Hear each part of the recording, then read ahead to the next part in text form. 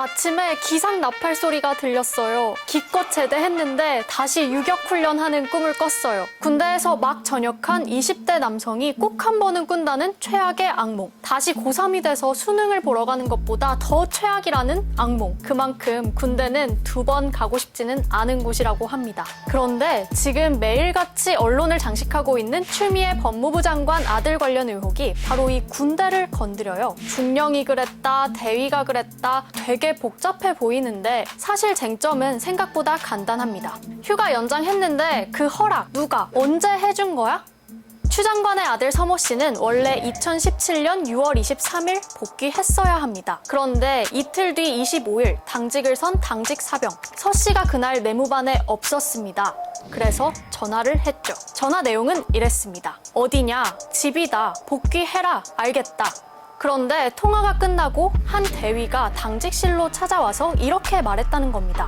서일병 휴가 처리했다. 미복귀 아니고 휴가자로 보고해라. 당직사병 주장대로라면 서일병은 휴가도 안 내고 이틀이나 무단으로 복귀를 안 한 겁니다. 서일병 말도 들어봐야죠. 그때 이미 구두스님 받아서 휴가 연장 처리했다. 당직사병과 통화한 사실 자체가 없다는 주장. 당직사병이 서 씨가 휴가를 받은 걸 모르고 오해해서 발생한 일이라는 거죠. 둘의 주장이 엇갈립니다. 그럼 누가 구두 승인을 내줬냐?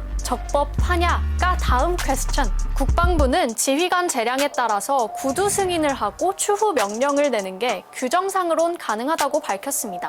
그런데 혹시 추 장관이 직접 혹은 보좌관을 시켜서 전화를 했다면? 이거 청탁 아니야? 지금 문제가 되고 있는 건 바로 이 지점입니다. 결국 서로 절대 아니다, 내 말이 맞다, 외압이다, 청탁이다, 정치적 음모다 이렇게 서로 으르렁대는 사이 훨씬 더 중요한 코로나19 방역 문제 그리고 모두 다 힘들다는 경제 문제 이런 건 다 뒷전이 돼버린 겁니다. 추 장관 아들 이슈가 대한민국을 집어삼키는 동안 언론은 뭘 했을까요? 권력 감시, 언론의 역할이 맞아요. 그래서 기사들도 쏟아졌습니다.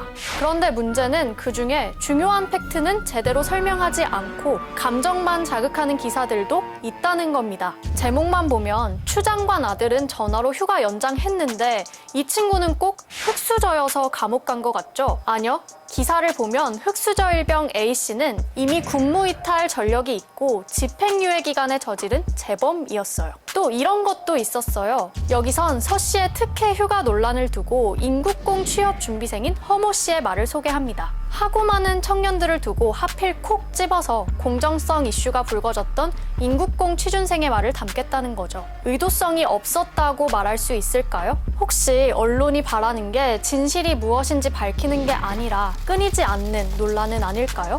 사실 저희 10대, 20대 입장에선 입시비리, 취업비리, 은행권 청탁비리 이런 논란 터질 때마다 진짜 화나는 게 사실입니다. 저희가 바라는 건 계속되는 논란이 아닙니다. 이제 이런 논란이 그만 나왔으면 좋겠다는 거죠. 논란만 반복되는 악순환을 막아야 하는데 정작 언론은 해결 과정에는 별로 관심이 없어 보입니다. 그동안은 어땠을까요? 조국 딸 입시 의혹, 나경원 딸 의혹 이런 게 제기될 때마다 해결 방안으로 고위공직자 자녀 입시 전수조사가 거론됐었는데요. 그런데 이 법안 통과 못한 채 있다가 21대 국회 들어서면서 자동으로 폐기됐거든요. 언론 보도는 19년 10월 이후 쭉 떨어집니다.